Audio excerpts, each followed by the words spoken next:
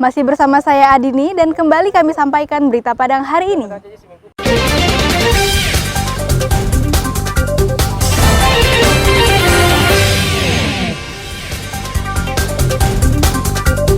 Murid-murid pendidikan anak usia dini belajar SAR. Kabupaten Solo direndam banjir, hingga Sivitas Akademika Universitas Andalas keluarkan manifesto. Kami sampaikan dalam Padang Sepekan.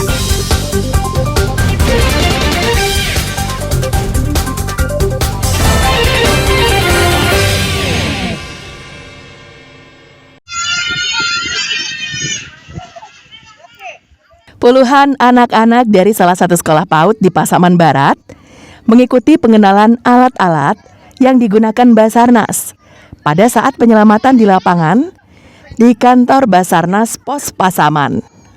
Berbagai alat dikenalkan kepada mereka, mulai dari peralatan penyelamatan di air yang berupa perahu karet, pelampung, helm, dan peralatan yang digunakan untuk mengevakuasi di ketinggian.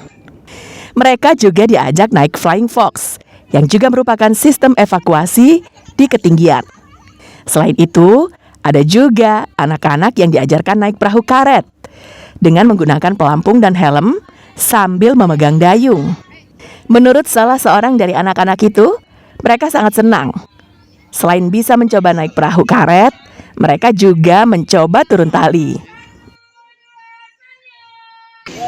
Enak. Ya, takut nggak tadi? Enggak. Nggak mau naik lagi tuh? Iya, tadi selain flying fox, apa aja yang diajarin sama abang-abangnya? Perahu. Tadi perahu disuruh apa tadi? Dayung perahu. Menurut kepala sekolahnya, puluhan anak-anak mengikuti kegiatan untuk mendapatkan pengenalan alat dan tugas-tugas SAR di lapangan. Mengajak anak-anak kami ke sini supaya anak-anak itu mengenal apa itu pekerjaan Basarnas dan tim SAR di sini. Jadi anak-anak bisa mengetahui secara langsung, berkenalan secara langsung, dan mengetahui alat-alat yang ada di sini. Apa gunanya dan manfaat dari tim SAR ini. Kegiatan dimulai dari pagi tadi, pengenalan personil, kemudian pengenalan apa itu kerja dari Basarnas, kemudian dilanjutkan dengan pengenalan peralatan atau sarana pencarian di laut. Setelah itu ada juga pengenalan sarana pencarian di ketinggian. Dan terakhir kami juga mengajak anak-anak berkeliling menggunakan kendaraan dari Basarnas. Tujuan dari kegiatan ini yang pertama tentu saja ini bagian dari tugas kami, yaitu pemasyarakatan SAR sejak dini ya, dan sudah kami lakukan tadi. Diharapkan dengan kegiatan ini, anak-anak bisa memahami pentingnya keselamatan diri saat melaksanakan berbagai kegiatan dalam kehidupan sehari-hari. Safatul Ulum melaporkan dari Pasaman Barat.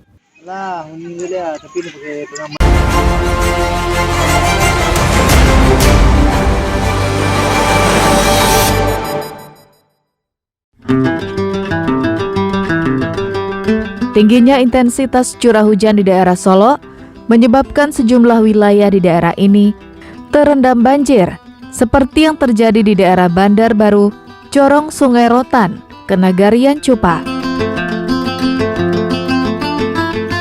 Sebuah sungai yang berada di dekat Jalan Solo Padang meluap dan merendam jalan. Akibat kejadian ini, arus transportasi ikut terganggu karena kondisi air yang menutupi ruas jalan ini cukup tinggi.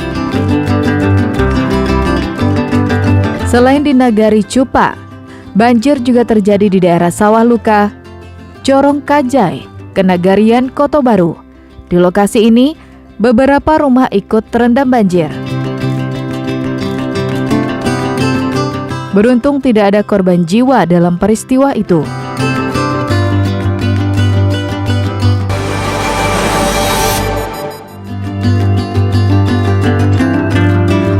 Sivitas Akademika Universitas Andalas yang terdiri dari dosen, mahasiswa, hingga para pegawai menyatakan sikap terhadap kondisi politik bangsa saat ini yang diberi nama Manifesto untuk Penyelamatan Bangsa.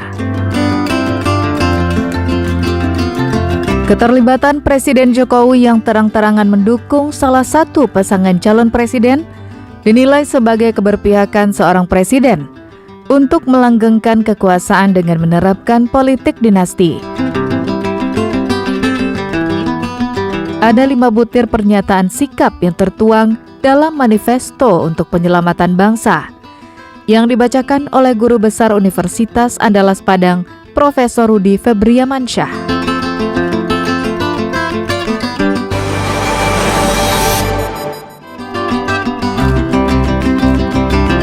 Seorang bocah yang masih duduk di sekolah dasar harus mendapatkan pertolongan pertama di puskesmas usai diselamatkan warga dan polisi di Pantai Bungus, Teluk Kabung, sekitar 20 km dari pusat Kota Padang. Korban ditemukan warga tidak sadarkan diri usai tenggelam bersama satu temannya saat berenang di pantai yang berada di belakang puskesmas Bungus. Namun satu temannya yang berusia 11 tahun ditemukan warga sudah meninggal dunia. Peristiwa ini berawal saat 4 orang bocah itu bermain air dan berenang di pantai. Karena keasyikan, mereka tak menyadari jika secara perlahan dibawa ombak ke tengah. 2 orang dari mereka berhasil menyelamatkan diri, sedangkan 2 lainnya tenggelam dan diseret ombak. Diduga mereka berdua tidak bisa berenang.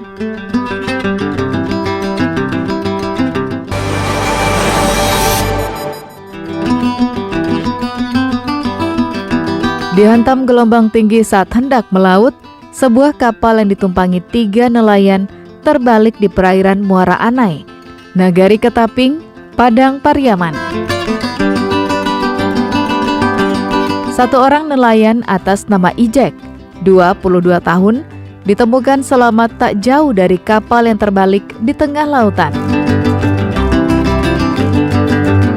Peristiwa naas itu terjadi hanya beberapa saat setelah perahu berlayar mengarungi samudra. Sebuah ombak besar membalikkan kapal mereka. 2 penumpangnya terlempar ke laut, sedangkan Ijek bertahan di perahu yang terbalik itu. Warga sekitar yang tergabung dalam tim pencari menemukan dompet dan tas atas nama Wino, korban yang hilang. Barang temuan itu dibungkus rapi dengan kantong plastik.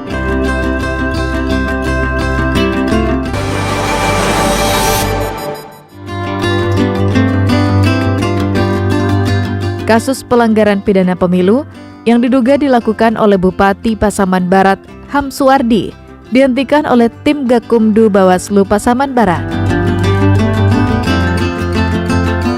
Namun penghentian itu tak didukung oleh keputusan yang bulat. Bawaslu dan polisi berpendapat perbuatan Bupati Pasaman memenuhi unsur pasal pidana yang disangkakan. Namun Kejaksaan Negeri Pasaman Barat berbeda pendapat bahwa perbuatan yang disangkakan tidak terpenuhi unsur pasal 547 junto pasal 282 Undang-Undang Pemilu Nomor 17 Tahun 2017. Dengan adanya anggota Gakumdu yang mengatakan tidak terpenuhinya unsur pelanggaran pemilu, maka rapat tim sentra Gakumdu Bawaslu Pasaman Barat menetapkan kasus tersebut dihentikan.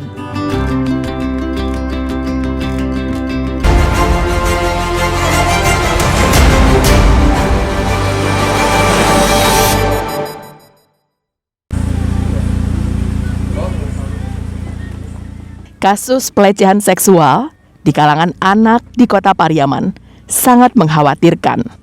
Sebagian besar pelakunya adalah keluarga dekat korban dan orang yang dikenal korban. Menurut data Polres Pariaman, selama bulan Januari lalu, tercatat 5 kasus yang diungkap polisi setelah adanya laporan dari pihak keluarga korban. Jumlah kasus ini meningkat tajam jika dibandingkan dengan bulan yang sama pada tahun lalu yang tidak ada kasus sama sekali. Berbagai bentuk pelecehan diderita para korban yang tergolong anak-anak ini. 2 diantaranya perlakuan seks sejenis dan 3 kasus dalam bentuk perkosaan maupun pelecehan seks terhadap anak perempuan. Ya, selama bulan Januari 2024 ini sudah masuk laporan masalah pencabulan sebanyak 5 laporan ke Polres Pariaman, di mana dari 5 itu 2 adalah kasus sodomi dan 3 itu persetubuhan terhadap anak di bawah umur. Saya kira ini adalah penyakit yang sudah menyebar, terutama yang sodomi ini, yaitu masalah kelainan seksual atau LGBT. Menanggapi fenomena ini, Sekretaris Lembaga Kerapatan Adat Alam Minangkabau, Pariaman, Priyaldi berharap orang tua, tokoh masyarakat, dan niniak mama lebih berperan dalam mengawasi pergaulan anak dan keponakan masing-masing di tengah masyarakat. Namun kita lihat fakta-fakta sekarang yang terjadi di tengah-tengah masyarakat itu pada umumnya kan ada keluarga-keluarga terdekat daripada korban. Nah, ini juga perlu kita mawas diri kepada para pemangku kepentingan untuk memperhatikan lingkungan-lingkungan sosial kita. Semua lapisan masyarakat berharap kasus pelecehan seksual maupun pencabulan tidak akan terulang dengan adanya sanksi hukum. Eki Rafki melaporkan dari Pariaman.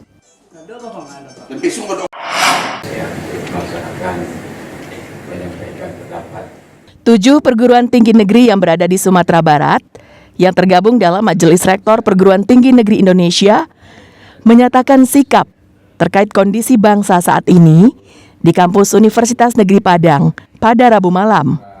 Pernyataan sikap yang dibacakan oleh Rektor Universitas Negeri Padang itu mengeluarkan 6 butir imbauan, antara lain agar perguruan tinggi menjaga netralitas dan tidak berpihak selama kontestasi pemilu 2024 ini. Kedua, menempatkan kampus sebagai lembaga kontrol sosial melalui mimbar aspirasi yang etik, santun, dan bertanggung jawab. Majelis Rektor Perguruan Tinggi Negeri Indonesia menghimbau 1. Agar perguruan tinggi sebagai lembaga pendidikan tinggi memiliki tanggung jawab moral untuk menjaga netralitas dan imparsialitas terhadap kontestasi pemilihan umum RI 2024 serta memelihara kondusivitas dan semangat demokrasi berdasarkan Pancasila dan Undang-Undang Dasar 1945. Pembacaan pernyataan sikap itu dihadiri oleh Rektor Universitas Andalas, Rektor Universitas Islam Negeri Imam Bonjol, Rektor Institut Seni Indonesia, Direktur Politeknik Negeri Padang, sedangkan 2 kampus lagi dihadiri oleh utusan masing-masing, yaitu Universitas Islam Negeri Syekh Muhammad Jamil Jambe dan Universitas Islam Mahmud Yunus. Laude Johardianse melaporkan dari Padang. Pemirsa, demikianlah perjumpaan kita dalam Berita Padang hari ini. Saya Adini dan tim redaksi yang bertugas pamit undur diri. Selamat beraktivitas dan sampai jumpa.